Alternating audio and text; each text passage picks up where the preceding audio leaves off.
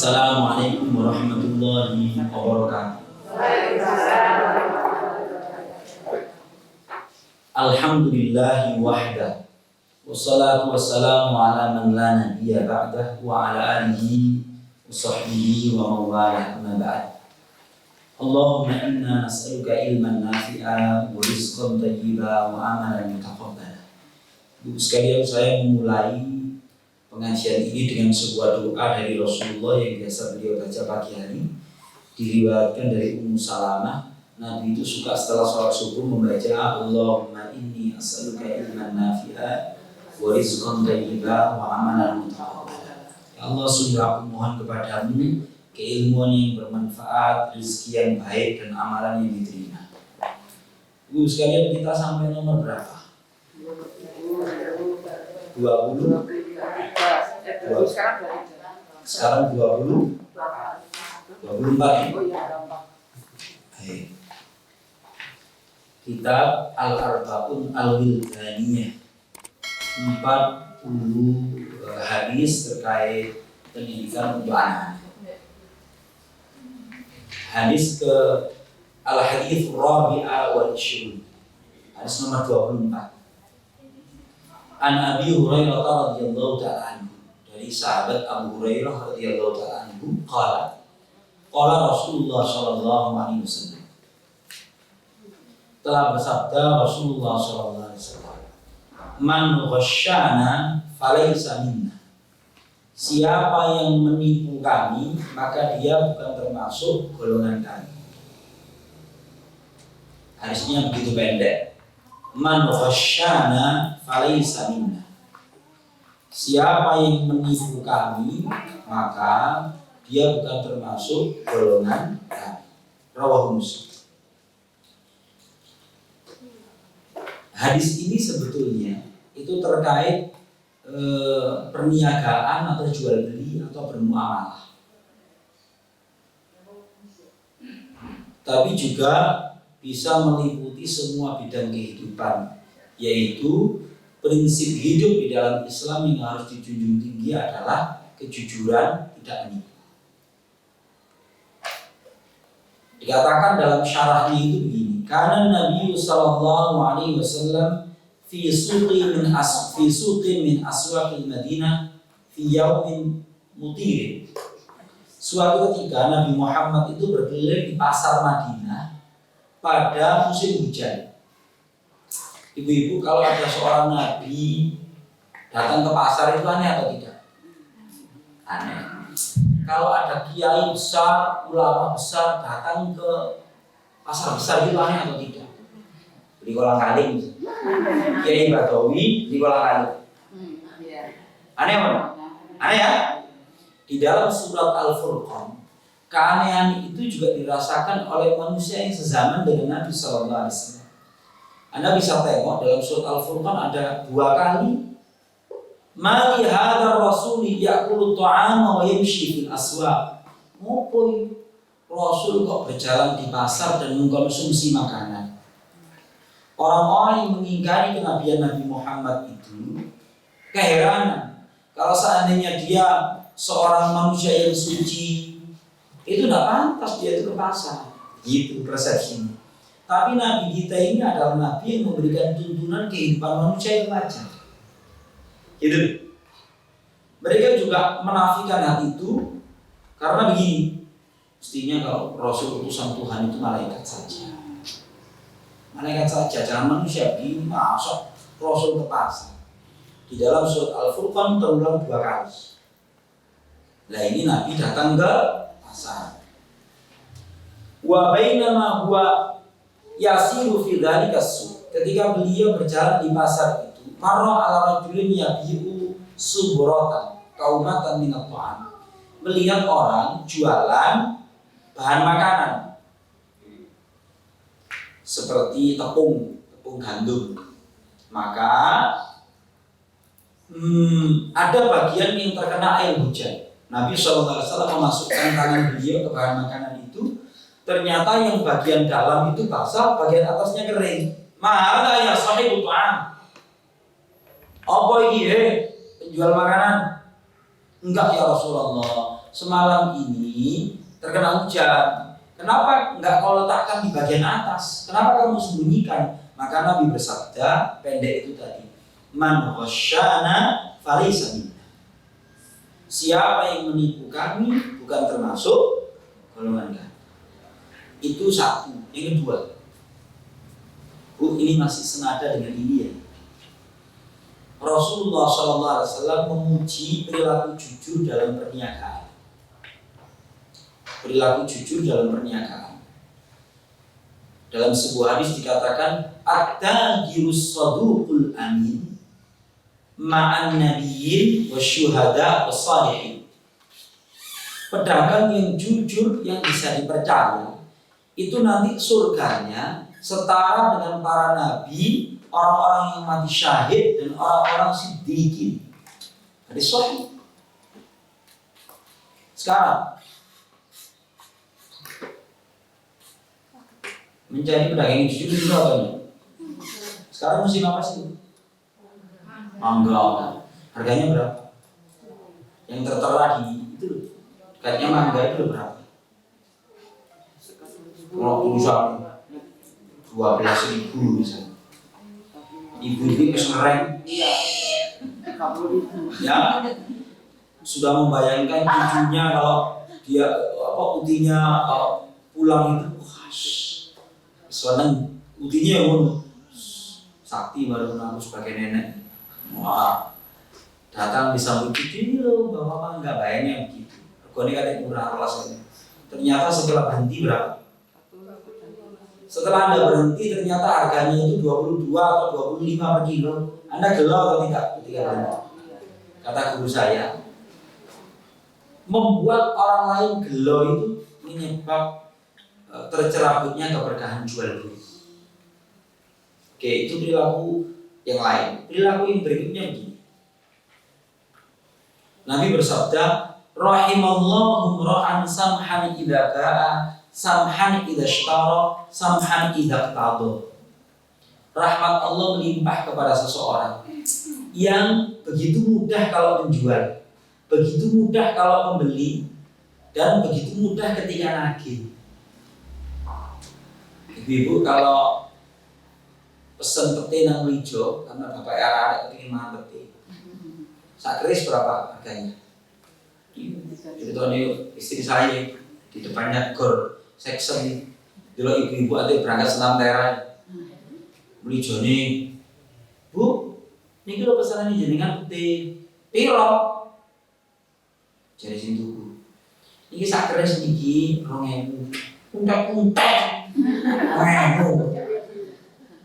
coba, untek, ini perilaku yang beli ini baik atau tidak? Sudah begitu nanti mari ngilokno bisa tuku. Jadi beli joni. Soalnya kapu ngilokno. Pada gini semuanya sekarang ini. Nah, kalau perilaku yang berdasarkan sabda Nabi tadi, kalau membeli, ya Anda memberikan uang 5.000, kok uangnya bingung nanti nih gorek ewonan 1.000 loh. Terus masuk sama gawe susu. Itu perilaku yang baik ketika membeli. Ketika menjual seperti itu longan. Nah, saya melihat perilaku jual beli semacam itu di sebuah pasar, tapi nggak saya sebutkan tempatnya ya. Bocor aja. Bu, ngapunten, saya lihatnya di New Delhi. Saya lihatnya di New Delhi. Bagus sekali. Lu bener. Saya kaget. Senangannya nyimbui. Kemudian dia berzikir, tadi loh, tidak cocok. Dan di India itu murah, daging murah, susu murah, buku itu murah kan? Ya Allah, luar biasa. Perilaku itu namanya ihsan, berbuat baik sebagai seorang pembeli ya baik, sebagai seorang penjual ya baik. Sekarang ini yang saya lihat semuanya di pasar itu adalah, ya Allah, sing pembeli ini itu ya mentalan, kemudian yang menjual itu juga kerap kali menipu. Nabi bersabda, al-halifu, sumpah itu melariskan barang dagangan, mumhaqatun bil barokah, menghapus keberkahan jual beli.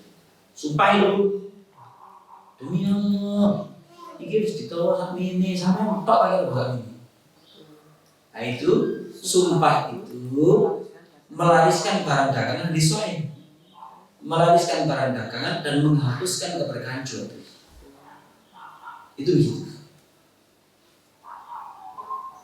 Nah, jadi maka di sini semua hal yang bernuansa penipuan di dalam muamalah atau jual beli itu tidak pantas menjadi perilaku seorang muslim. Seorang muslim nggak pantas lah, tidak menghalalkan segala cara untuk meraih keuntungan. Yang berikut,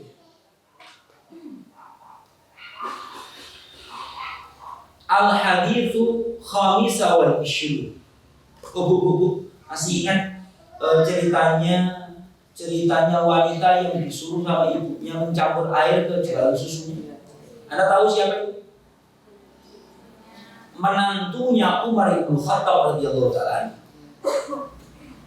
Ibu ini nanti melahirkan seorang anak. Lah anaknya ini punya anak lagi namanya Umar bin Abdul Aziz. Jadi keberkahan dari orang yang bersifat warak itu nama anak itu. Gitu ya. Itu begitu. Dampaknya itu. Jadi ya Umar bin Abdul Aziz itu dapat keberkahan dari sifat waraknya neneknya. Nenek. Yang berikut. Al-haditsu al-khamisa wal ishrun. Hadis ke-25.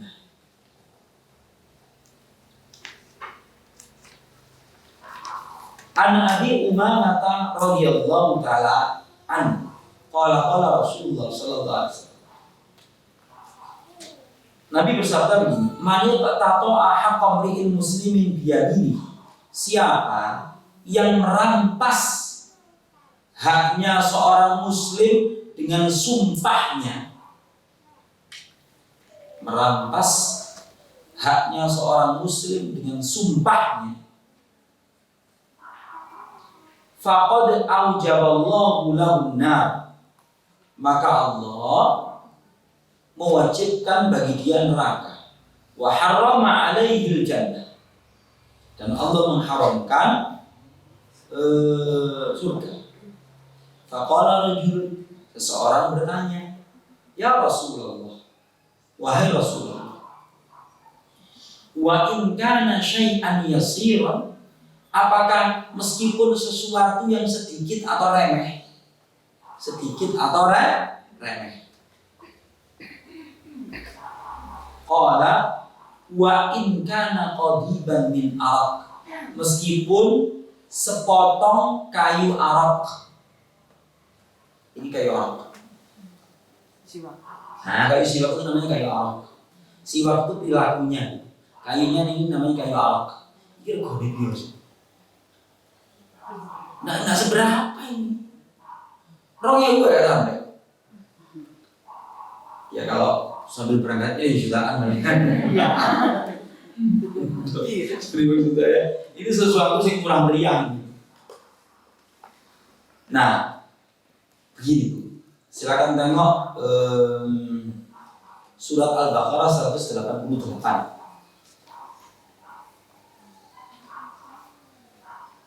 Surat Al-Baqarah ayat 188.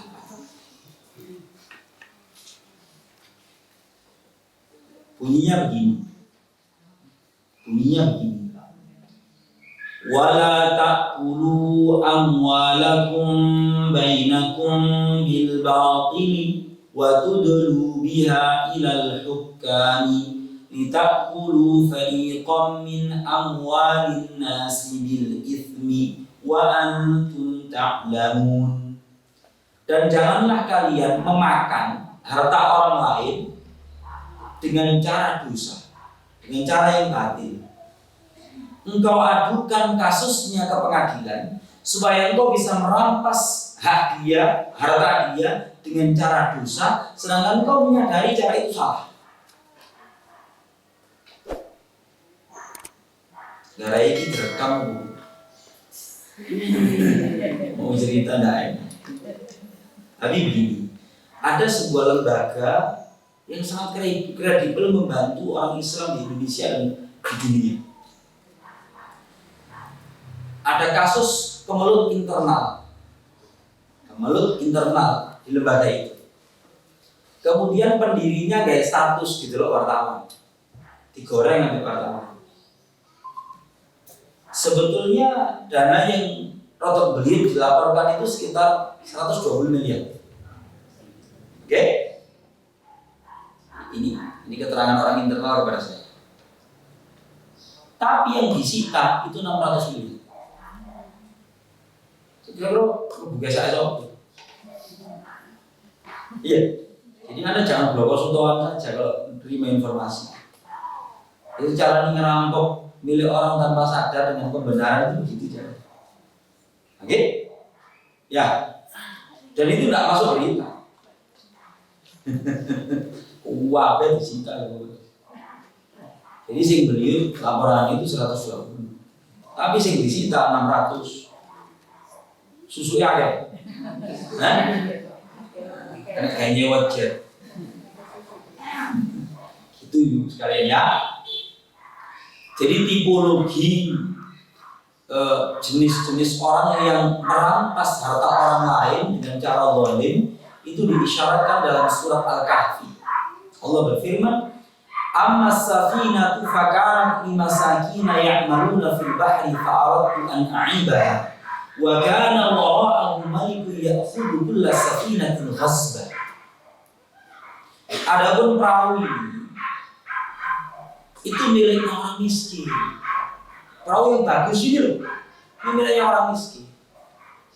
Sengaja tak rusak supaya nggak jadi berlayar ke sana, atau ada cacatnya. Karena di balik perairan sana itu, malikun ya'khudhu kulla safinatin ghasba. Ada penguasa yang tabiatnya itu merampas perahu-perahu yang bagus. Gitu. Katanya Rasulullah untuk menghadapi akhir zaman itu suruh belajar surat Al-Kahfi. Tapi lek diwaca terus baru ngenteni sinar dari pekan satu ke pekan berikutnya ya gak sinar-sinar, enggak dikaji. Ya, itu maksudnya bersenjatakan nilai-nilai dalam surat Al-Kahfi itu, maka kita menghadapi mekanisme akhir zaman. Itu sekalian, gitu ya. Tidak boleh merampas harta milik orang lain itu dengan sumpah. Yang paling rumit itu adalah pembenaran atas nama agama. Contohnya, membagi harta waris, bagi rotois, tidak boleh, ya, tidak boleh. Jadi kemudian menyelewengkan wasiat. Kejadian begini, Bu. Tahun 70-an, pengusaha kayu mewakafkan sebuah rumah berikut bangunannya, tanah, semuanya. Kemudian di tahun 90-an ke atas, ketika yang mewakafkan itu sudah meninggal, rupa-rupanya keluarganya jatuh secara ekonomi. Si santri yang menerima wakaf itu sudah mengembangkan tanah berikut bangunannya itu menjadi sebuah pesantren dengan ratusan santri. Si santri sudah menikah, kemudian sudah ada bunyainya. Bunyainya bikin kantin. Nah, kantinnya itu face to face dengan tokonya istrinya yang mewakafkan. Nah, terjadi konflik interest.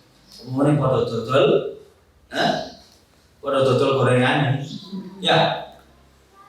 Nah, usut terjadilah selentingan. Ibu biar ini gak diwakaf no. Masih yang baik gak mundur. Terus ada yang menyulut pihak ketiga. Iya. Nah itu kalau sehari 3 kali, setahun berapa kali? Kalau ngomong di tingkat RT-nya begitu. Akhirnya dengan berat hati pesantren itu harus pindah. Bangunan yang sudah dimakmurkan dengan ratusan santri dengan kegiatan pesantren luar biasa itu, sekarang roboh atapnya itu jadi tanah. Begini. Ya, ini pelajaran Bu. Jadi kalau mewakafkan itu betul-betul berhati-hati, tapi di atas buktinya semuanya. Ini bisa nyata ya.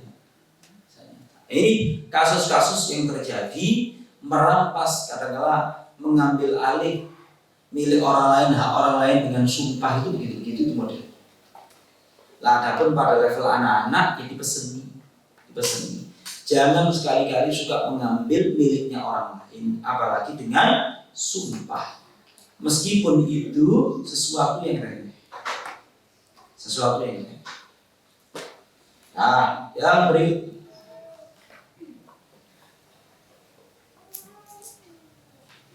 Al-hadithu as-sadisa wal ishrun.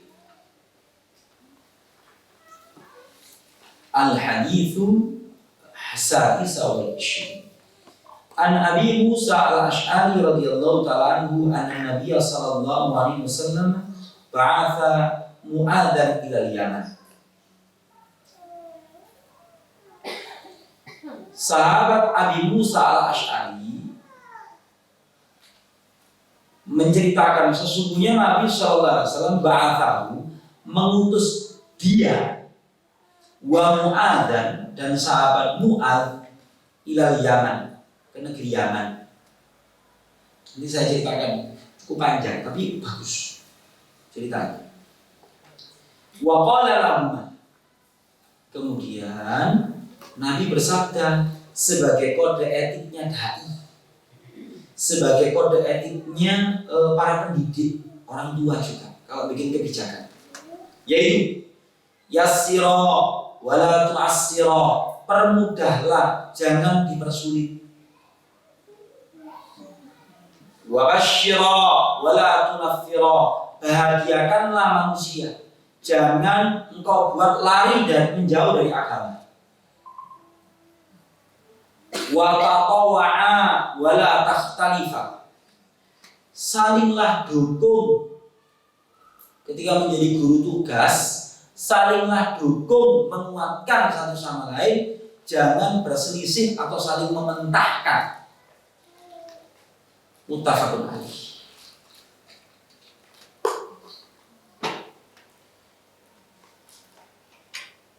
Ibu-ibu ceritanya gini Bu. Sahabat Mu'adz bin Jabal radhiyallahu ta'ala anhu itu orang Ansor, dan dia menjadi ulama muda para sahabat. Nabi bersabda, ambillah Al-Quran dari 4 orang. Ambillah Al-Quran, belajar Al-Quran dari 4 orang. Ubay bin Ka'ab, Mu'adz bin Jabal, Salim maula Abi Hudzaifah, dan Abdullah bin Mas'ud. 2 orang Ansor, 2 orang Muhajirin. Salah satunya Mu'adz. 1. Yang kedua, Mu'adz ini sebelum berangkat dipesannya oleh Rasulullah, Mu'adz, innaka satatina qauman ahlal kitab, sesungguhnya engkau bakal datang di pusatnya orang Kristen ortodok, ahli kitab. Yaman itu ada berang saiki Ethiopia sama Eritrea. Lebihan kawasan Negus atau Najasyi. Lebihan saiki 2 negara, Eritrea sama Ethiopia. Ini berang. Dan itu merupakan pusat Kristen ortodok mulai zaman biyen. Maka yang pertama kali kau serukan ini. Nah, ini pesannya Mu'adz kepada Mu'adz. Kemudian lagi, Mu'adz, kamu nanti lagi Yaman, lagi katanya bangun masjid, itu kiblatnya arahkan ke gunung namanya ini. Nabi menyebut suatu gunung. Kemarin saya ceritakan itu ke santri, Ustaz Atok bilang, saya pernah sholat di masjid itu. Ada staf pengajar di tempat saya Saya pernah sholat di situ. Lah, saya ketemu sama orang Jakarta yang punya penerbit Serambi, dibuka nambah deh. Kiblat yang dibangun sahabat Mu'adz bin Jabal ini diarahkan ke masjid itu, kalau ditarik garis lurus pas unyung-unyungnya Ka'bah. Pas unyung-unyungnya Ka'bah. Ini asli. Itu salah satu mukjizat ilmiah Al-Quran dan Sunnah.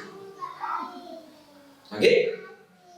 Nah, sahabat Mu'adz itu ketika sebelum berangkat dipesan ini, Mu'adz, boleh jadi engkau tidak akan bertemu aku lagi.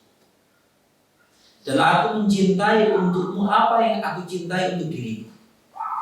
Janganlah engkau pernah meninggalkan setiap selesai sholat membaca Allahumma a'inni ala dzikrika wa syukrika wa husni ibadatik. Sambil berlinang air mata, sahabat Mu'adz menerima wasiat itu. Kemudian tidak beberapa lama setelah itu Rasulullah wafat.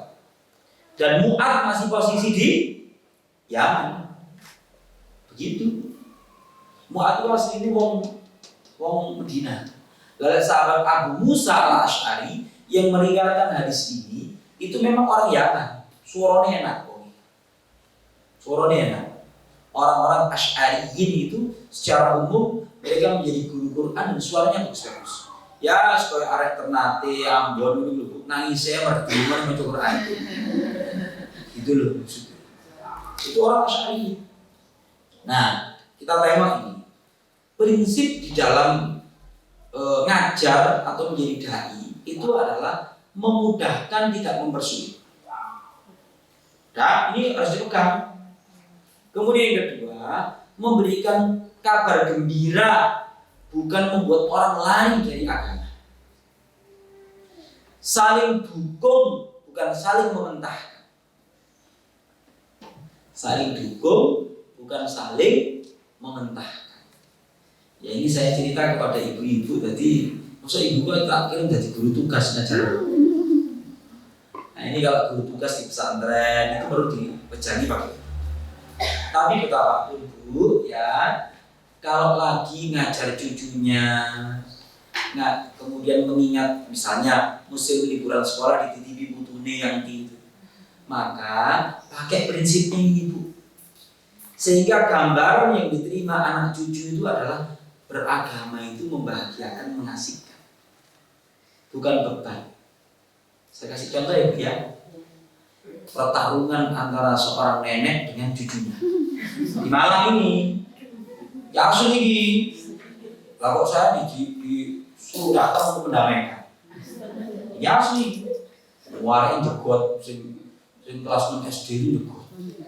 Hanya karena sama neneknya itu dimarahi gak sholat sunnah sebelum subuh. Gak sholat sunnah sebelum subuh. Wah nenek harus nyetop ya. Nyetop itu pakai dalil. 2 rakaat sebelum subuh itu lebih baik daripada dunia dan seisinya. Iki sangat membahana di hatinya. Nenek-nenek pensiunan ya pikirannya gak sama akhirat. Lalu nenek anak cilik itu ukurannya gelem sembahyang subuh alhamdulillah. Iki mek beda kamu suruh tok. Kamu si anak cilik yang baru merintis, udah mau berangkat ke masjid, sampai ibu dimotivasi. Berangkat ke masjid, nah, mbak nenek, sholat sunnah disik, giam nanti, nah gitu terus tapi gak diamalkan, bos. Walah, ya mungkin sudah akumulasi beberapa ya. Akhirnya jebak, udah mau ke masjid lagi. Gitu Bu yang terjadi. Maka ibu-ibu ya, kalau menghadapi orang seusia saya atau di bawahnya, ibu itu bagus ngecek anak di luar pulau, di luar kota, terus bangun anak. Lek seminggu sepisah mau sakulan baby dua, tapi lek dino. Nggih sama aku play guru apa? Kok sama cek? Dino, di miss call jam 2:30 bengi. Peduli ya peduli, lek pendino kayak teror iki rasane. Ini asli ibu, ya memang Anda sebagai seorang ibu itu ya seneng ditelepon anak seminggu ping pindho ping telu iku seneng. Ya, lek kalau kabare sak wulan yo opo sih arek iki. Iki mamae kangen ini masuk di sore. Tapi lek bendina nak ya budek Bu anaknya. Bu ini semuanya kisah nyata ya. Kita cerita sama curhat ya, nonton dulu. Cerita orang sampai.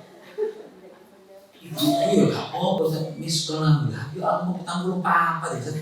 Bendina di miskol ya apa gitu. Begitu. Gue udah sekolah cerita anakku sangat alhamdulillah saya kita tahajud toh malah Bu ya wong itu rajin tahajud itu rata-rata loh Bu Indonesia ya usianya di atas 50 roto sekali pegawaian ya kalau di bawah 40 pernah mau penggawaian sampai jam 9 bengi. Kadang-kadang dia bangun nge-fresh, malah itu alhamdulillah lari. Oke ya, Bu ini prinsip ini dipegang supaya gambaran kehidupan beragama itu enak, taat pada Allah itu enak. Oke? Nah, sing di TV perjeneng anak-anak usia mahasiswa juga harus tahu. Mahasiswa semester awal itu mesti tugasnya luar biasa. Bendino itu koyok dalam, koyok main wayang, turu jam 1, turu jam 2, kerja kelompok sampai jam 2. Itu biasa. Jadi kadang-kadang mereka itu tani karipan, ya Allah, saya itu begitu. Di pondok dulu, kadang-kadang ini terus kepegel mungkin saya, terus divisi setan. Iya anak umum jangan peduli aku buka-buka bah. Gitu kan? Tapi ketika ingat ini amanah Gusti Allah sak pangeran. Begitu. Ini tadi pagi jam 5:04 saya masuk ruangan. Anak-anak pada sholat langsung tidur lagi. Padahal saya itu paling sepet lepung tuh langsung. Saya wah semua las. Akhirnya saya bangunkan. Saya pokoknya mau nandur, mau olahraga, mau apa, pokoknya berkegiatan aja tuh. Itu jadi kebiasaan. Nah, Bu, saya bertanya, kalau Anda punya anak lulusan pesantren, ketika pulang seminggu, turun doa enggak? Pasti gini nih, jadi anti bodoh, tapi bo, itu biasa jadi bisa. Ya. Nah, yang berikutnya Bu, pokoknya jangan terlalu memaksa. Jangan terlalu memaksa. Yang berikutnya, Al-Haditsul As-Sabi'a wal 20. Hadis nomor 29. Oh, ya Sabi'a. Saya tak pikir Tasi'a. Sabi'a wal 20. Hadis nomor 27. Wa Nabi Musa al-Asy'ari radhiyallahu ta'ala anhu, sahabat Abu Musa al-Asy'ari yang meriwayatkan, qala Rasulullah sallallahu alaihi wasallam, Nabi bersabda, man hamala alaina silah, siapa yang mengacungkan pedang kepada kami, ini dalam kurung, membuat kami tidak nyaman dengan ancaman. Itu maksudnya begitu. Fala bisa minna, bukan termasuk golongan kami. Bu, saya cerita tentang profilnya sahabat Abu Musa al-Asy'ari. Sahabat Abu Musa al-Asy'ari radhiyallahu ta'ala. Beliau itu datang ke kota Madinah pada tahun ke-6 Hijriah. Ketika rombongan sahabat Rasulullah dari Habasyah itu datang ke kota Madinah setelah selesai perang Khandaq. Sahabat Ja'far, orang yang mirip wajahnya dengan Rasulullah datang. Lalu rombongan itu datang. Abu Musa ini dengan kaumnya itu juga datang ke kota Madinah. Nabi SAW memuji Abu Musa dengan kalimat, ya Abu Musa, laqad utita mizmaran min mazamidi Ali Dawud alaihi salam. wahai Abu Musa, sungguh engkau telah diberi anugerah seruling di antara seruling keluarga Daud alaihissalam. Maksudnya suaranya enak. Oke?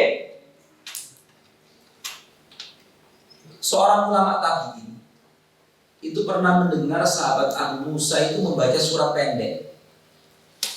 Entah qul huwallahu ahad, entah pokoknya surat pendek. Jadi tabi'in itu, aduhai, seandainya sahabat Abu Musa itu membaca surat Al-Baqarah, gak enak. Ya, itu saking suaranya bagus sekali. Ini Abu Musa. Nah, beliau meriwayatkan hadis ini untuk menjelaskan siapa yang membuat tidak nyaman dan mengancam kami, bukan termasuk golongan kami. Maka ini salah satu prinsip di dalam berinteraksi. Jangan membuat satu keadaan yang membuat orang lain itu tidak nyaman dengan kita. Dalam konteks pada waktu itu kalau Anda berjalan di pasar membawa anak panah, hati-hati dengan ujung anak panah. Jangan nanti kena ibu. Ini termasuk membawa pedang, hati-hati kena orang. Bahkan Ustaz Z bin Smith, nah itu pernah menyampaikan hadis ini juga ditambah dengan sebuah hadis, siapa yang mendelik kepada seorang muslim, yang mendelik membuat tidak nyaman, sehingga orang muslim itu kehilangan kenyamanan psikisnya, maka Allah akan murka kepada. Itu saking besarnya hak seorang muslim untuk dijaga. Gitu loh Bu. Ya itu serabung itu hal-hal yang membuat tidak nyaman orang lain, maka hendaknya dihindari. Itu prinsipnya memang. Di sini dikatakan wali ahamiyati hifdzil amni fil mujtama. Betapa pentingnya menjaga keamanan di masyarakat. Hadzar Nabi sallallahu alaihi wasallam, Nabi mengancam man hamal silah itakhfifin nas. Orang yang mengacungkan pedang untuk menakut-nakuti orang banyak.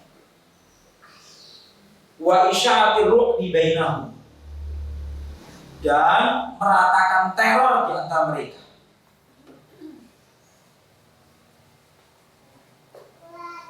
Gimana? Masih ingat suasana tahun 99 sama 98? Ketika ninja itu mau keluar masjid itu gak nyaman. Karena teror di mana-mana, kehilangan keamanan dan kenyamanan sudah. Itu tidak boleh. Mensuasanakan itu tidak boleh. Dalilun, paragraf terakhirnya, alaman hamala salahahu li ajli silahahu li ajli dzalika, orang yang menenteng senjata untuk menakut-nakuti, falaisa min atba'ihi sallallahu alaihi wasallam, tidak pantas dipandang sebagai pengikut Nabi Muhammad SAW. Tidak pantas. Pada konteks sekarang ini apa itu ya? Ya sing ngamal ini sih membuat orang tidak nyaman. Ngapain menghadapi masyarakat kok gaya laras panjang itu ngapain? Ngapain? Ya. Yang berikut hadis, sebelum saya lanjutkan 1-2 hadis, ada sesuatu. Ada sesuatu dulu. Bismillah.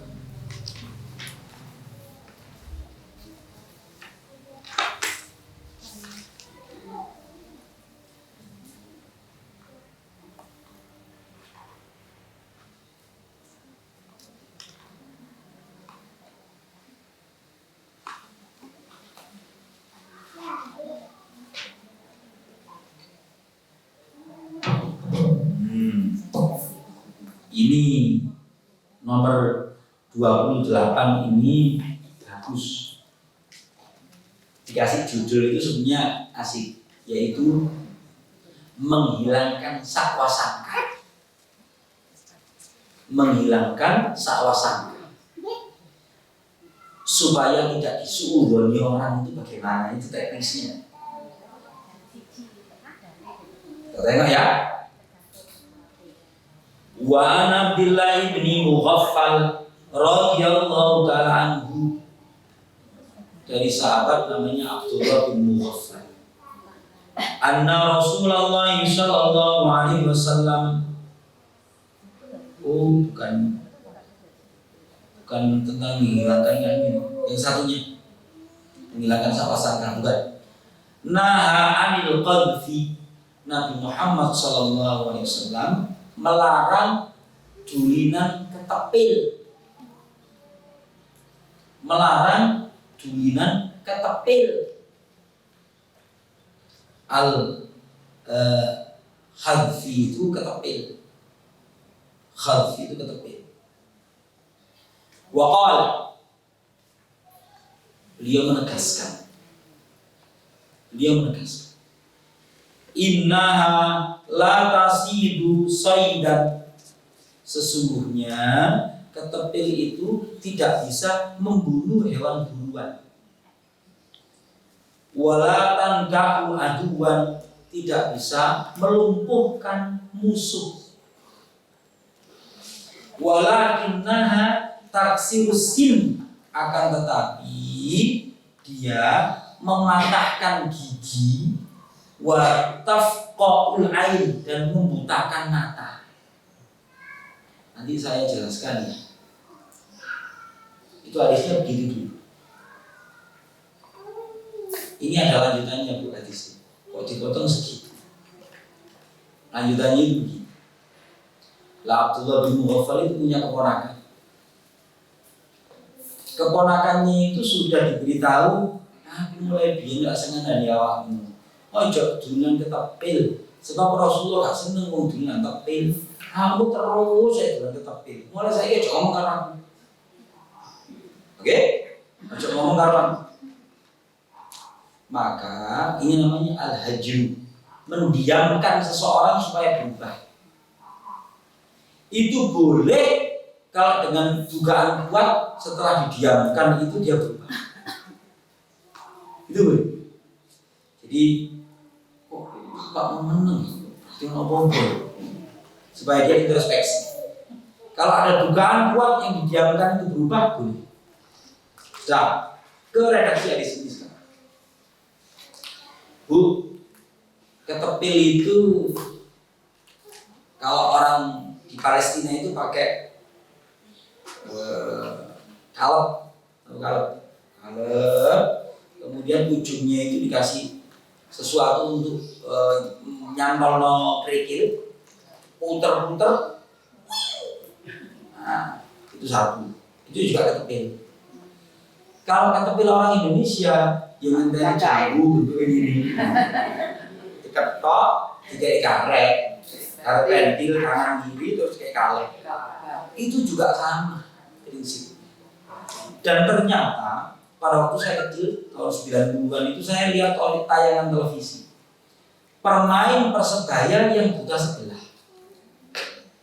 Akhirnya dia harus resign menjadi pemain dan menjadi pelatih sepak bola tahun 92.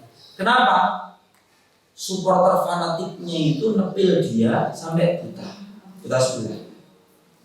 Karena tepil. Nah itu apa yang terjadi? Sesuai dengan hadis Nabi SAW. Gitu Bu. Jadi larangan bermain ketepil itu karena dia itu tidak membunuh hewan buruan, tidak melumpuhkan musuh, akan tetapi melukai yang sifatnya menyiksa, yaitu mematahkan gigi dan membutakan mata. Nyiksa. Ada unsur itu loh yang diperbolehkan. Nah di sini ternyata yang dinukil ayatnya adalah kasih sayang Rasulullah SAW kepada umatnya, hal-hal yang sifatnya membahayakan itu preventif Rasulullah. Kalau mau bikinkan permainan anak-anak yang lain saja.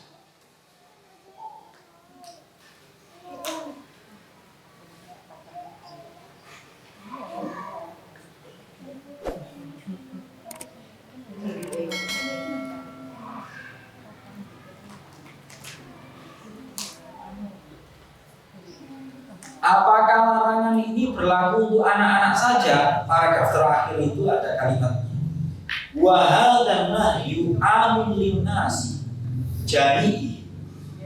Larangan ini berlaku kepada seluruh manusia secara umum. Kibarihim wa sigharihim, yang dewasa maupun yang masih kecil.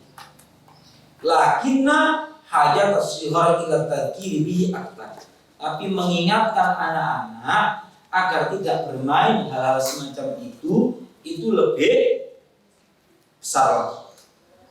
Karena berbahaya anak-anak itu tidak tahu manajemen resiko itu. Manajemen resiko itu. Zaman saya waktu kecil itu dengan pasar. Tahu pasar ya Bu ya? Di bambu. Diisi itu bahaya banget kalau kena. Bahaya Pak. Maka wajib orang dewasa itu memberikan nasihat kepada mereka. Kalau konteks Indonesia apa kira-kira? Mercon. Ya mercon ini loh. Sebetulnya banyak mudorot. Banyak mudorot. Tapi ya di momen-momen tertentu kadang-kadang masih perjuangan juga. Yang berikutnya. Wah ini api. Hadis ke 29. Al-haditsu at-tasi awal isyu. An Anas bin Malik radhiyallahu ta'ala anhu. Sahabat Anas bin Malik radhiyallahu ta'ala anhu. Pembantu rumah tangga Rasulullah sallallahu alaihi wasallam. Qala khadamtu Nabiyya sallallahu alaihi wasallam asyra sinin. Aku berkhidmat melayani Rasulullah 10 tahun. 10 tahun. Fama qala li qattu. Beliau tidak pernah berkata kepadaku, tidak pernah. Itu satu riwayat. Riwayat yang lain, sahabat Anas bilang, Rasulullah tidak pernah mengatakan kepadaku, kenapa kamu tidak melakukan begini dengan cara begini? Oke.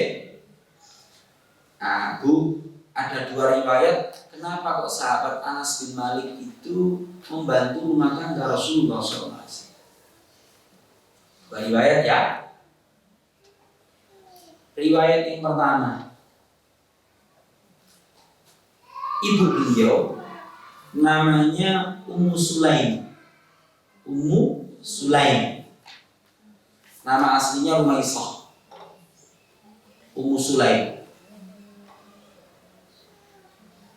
Ketika Rasulullah datang ke kota Madinah, beliau itu sedih. Ummu Sulaim. Nah iya, semua orang itu bisa memberikan kontribusi dengan Rasulullah. Abu Ayyub itu rumahnya dipakai ini Rasulullah selama 7 atau 8 bulan sebelum Rasulullah bangun rumah.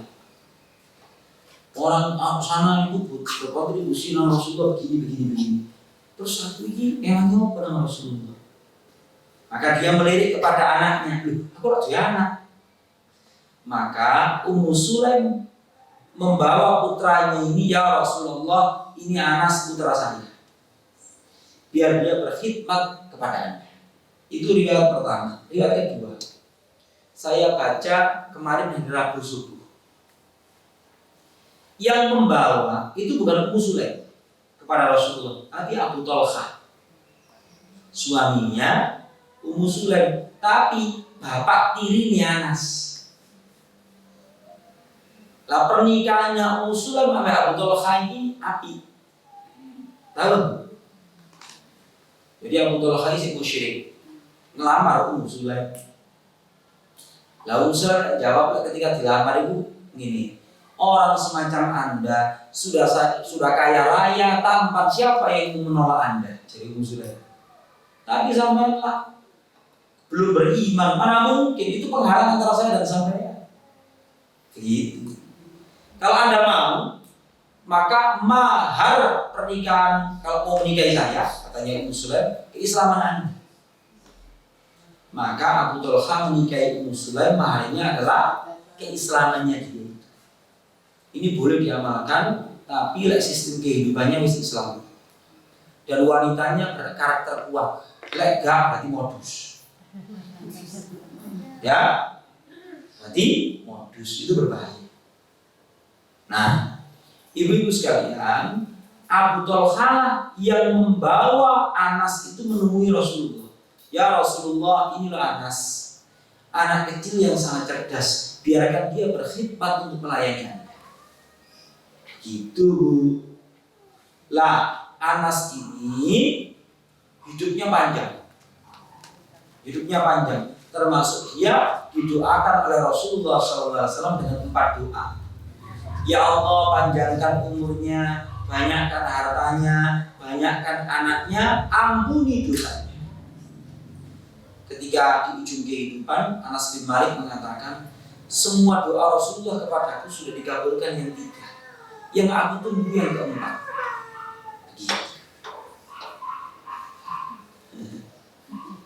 Gitu. Nah, ini pelajarannya adalah budi pekerti Rasulullah SAW kepada anak kecil. Gitu loh. Dan ini Anas itu dulu ketika serabung dengan Rasulullah SAW itu luar biasa. Sampai-sampai suatu ketika begini. Jadi usul boleh, aku nih telat deh. Iya, Rasulullah mengutusku untuk menyampaikan sebuah pesan rahasia. Pesan rahasia. Apa pesannya itu? Jadi sahabat Anas ibu, inna hasil. Oh, itu rahasia. Ibu tidak mengorek-ngorek. Apa sih? Ngomong-ngomong itu. Namun tadi Usulan bilang apa? Nah, kalau memang begitu, jagalah rahasia Rasulullah.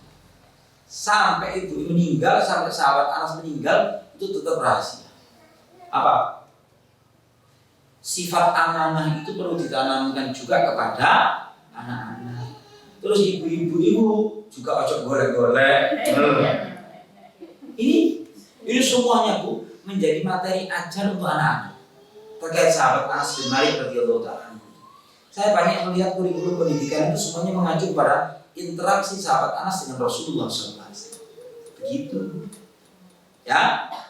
Nah, itu budi pekerti Rasulullah berakhlak kepada anak kecil namanya Anas bin Malik sebagai pembantu rumah tangga beliau. Wallahu a'lam bishawab. Hadis nomor 30 insyaallah sampai selesai pada pertemuan berikutnya. Adakah sesuatu untuk didiskusikan Ibu? Monggo.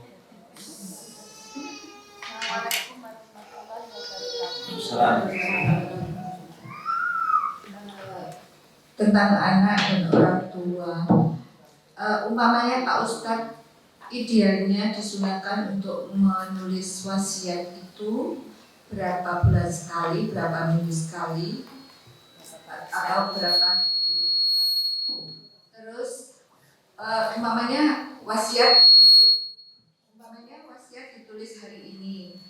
Kalau seandainya orang tua kita meninggal ini, terus orang tuanya itu belum meninggal sampai lama Pak Ustadz. Itu dalam kurun itu wasiat itu bisa nggak dirubah-rubah Pak Ustadz? Gitu. Sudah. Sampun. Kalau ingin tahu jawaban saya, Anda tulis dulu lebak gaul. Yang pertama, Anda baca surat Al-Baqarah ayat 181 sama 182. 180, 181, 182. Bunyinya gini Bu. Kutiba alaikum.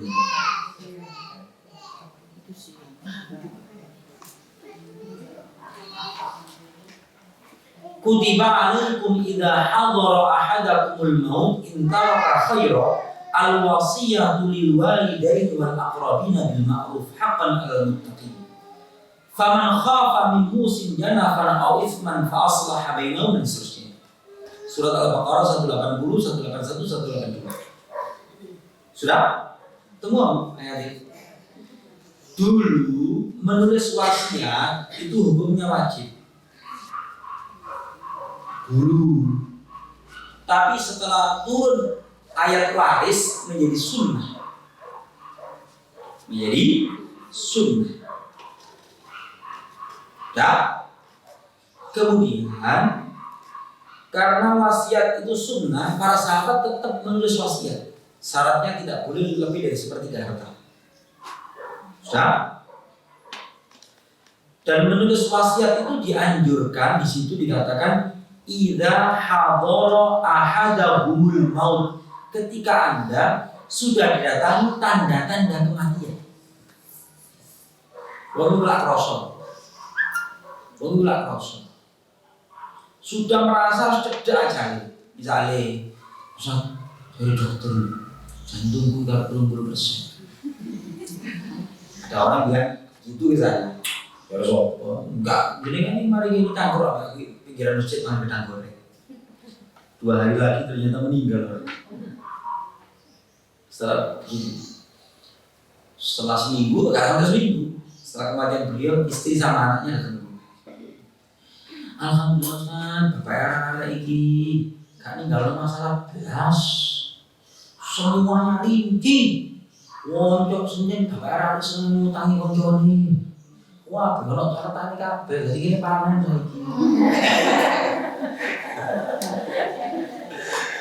Aduh, iya sih Bu. Terus baru dibuka di mana? Ini gak tabu loh kan. Bapak anak lah wedok-wedok. Jadi yo apa iki? Masa kuburan ini teles tanahnya gak apa-apa semono nganu waris wis. Meskipun tabu, minta bantuan untuk omong-omongan waris. Gitu. Nah, dia itu suka nulis rinci. Semua akad-akad ini dipinjamkan ke siapa, nilainya berapa, kapan, janjinya kapan, enggak ada. Nah, itu orang tulisannya. Nah, Bu, kalau Anda sehat walafiat, kamu tanda-tanda kematian mau nulis wasiat, itu yang pertama itu anak kalau bojone nah, bos ya mati ya polemik ya si nomor luru. Jadi kok pikirannya sih enggak pikirannya. Nomor 2 itu nanti juga jadi polemik sumber penyesalan Anda. Ada orang itu sudah menulis wasiat untuk ini terus mari ndelok kelakuannya anak karo mantune iku pindah gimana. Terus mari diumumno direvisi. Bisa. Ngene iki, terus wasiate iman naik turun ngene iki. Tergantung bola apa biro ini. Ada begitu, Bu. Dan sampai ada orang wasiat terus dinotarisno. Salah satu anaknya dipecat dari hak waris karena kepegel. Terus mari mulai bojone anak itu ternyata yang paling baik ke dia. Apa yang terjadi? Merevisi surat wasiatnya itu jauh sepuro nang anak mantu ning ngarepe Ka'bah. Ya asli Bu. Kita jauh sepuro nang anak mantu. Maka kalau Anda sesuai hal terus jangan gampang-gampang dikit-dikit wasiat, dikit wasiat. Begitu. Nanti diubah. Ya. Terus wasiat itu kadang-kadang harus disaksikan, kemudian tertulis. Nah kalau Anda bertanya tadi, boleh tidak diubah-ubah? Ya boleh-boleh saja. Boleh-boleh saja. Tapi prinsip-prinsipnya kudu diketahui. Benar Bu ya? Prinsip-prinsipnya tidak boleh lebih dari sepertiga. Terus, berwasiat pula dunia akeh. Dunia ini 10 juta siapa kayak apa ya harus sumpah kedok ya gitu ya. Jadi kalau memang nilainya itu fantastis itu kadang-kadang butuh wasiat untuk meredam polemik. Ada orang ini Ustaz, tanahku di Jombang itu memang tak kayak anakku sembarang. Kenapa? Di dalam proses mengubah dari sertifikat ini ke ini itu menggunakan dana anak saya dan dia yang memperjuangkan sehingga anak-anak yang lain tak minta pemakluman kan udah ini yang baca kakakmu ya begitu ada begitu Bu itu jelas latar belakang ya gitu adakah yang lain Bu Sebagai penutup, ringan-ringan itu, cukup perkara waris, wabah. Dan rata-rata kalau meninggalkan harta itu, sing paling penting itu anak-anak yang gimana rukun. Ya rukun itu enak begini. Rukun tak beragama, alhamdulillah bonus. Tapi gak rukun itu nanti agak ustadz dewi-dewi. Gak ustadz itu juga pesanan ngomong ini kan. Nah itu enggak. Satu dan dua, kita tunggu bareng-bareng. Mudah-mudahan dianugerahi anak putu sing soleh-solehah, sing sesama mereka itu rukun. Jadi didelok semasa urip yo penak, ditinggal yo. Bismillahirrahmanirrahim. Allahumma shalli wa sallim ala sayyidina Muhammad walhamdulillahirabbil alamin. Rabbana zalamna anfusana wa illam taghfir lana wa tarhamna lanakunanna minal khasirin. Allahumma inna nas'aluka salahan niyyah wa dhurriyyah. Allahumma ij'alna minal ladzina yastami'una al-qawla fayattabi'una ahsana. Allahumma a'inna ala dzikrika wa syukrika wa husni ibadatik. Allahumma hdina wa hdi bina waj'alna sababan liman ihtada. Allahumma zidna wa la tanqusna wa akrimna wa la tuhinna wa athirna wa la tu'thir alaina wa radina warḍa 'anna. Allahumma barik lana fima razaqtana wa qina 'adzaban nar. Rabbana hab lana min azwajina wa dhurriyyatina qurrata a'yun waj'alna lil muttaqina imama. Rabbana taqabbal minna innaka antas samiul 'alim wa tub 'alaina ya maulana innaka antat tawwabur rahim. Rabbana atina fid dunya hasanah wa fil akhirati hasanah wa qina 'adzaban nar. Sallallahu alaihi sayyidina Muhammad. Subhana rabbika rabbil izzati amma yasifun wa salamun alal mursalin walhamdulillahi rabbil alamin. Assalamualaikum warahmatullahi wabarakatuh.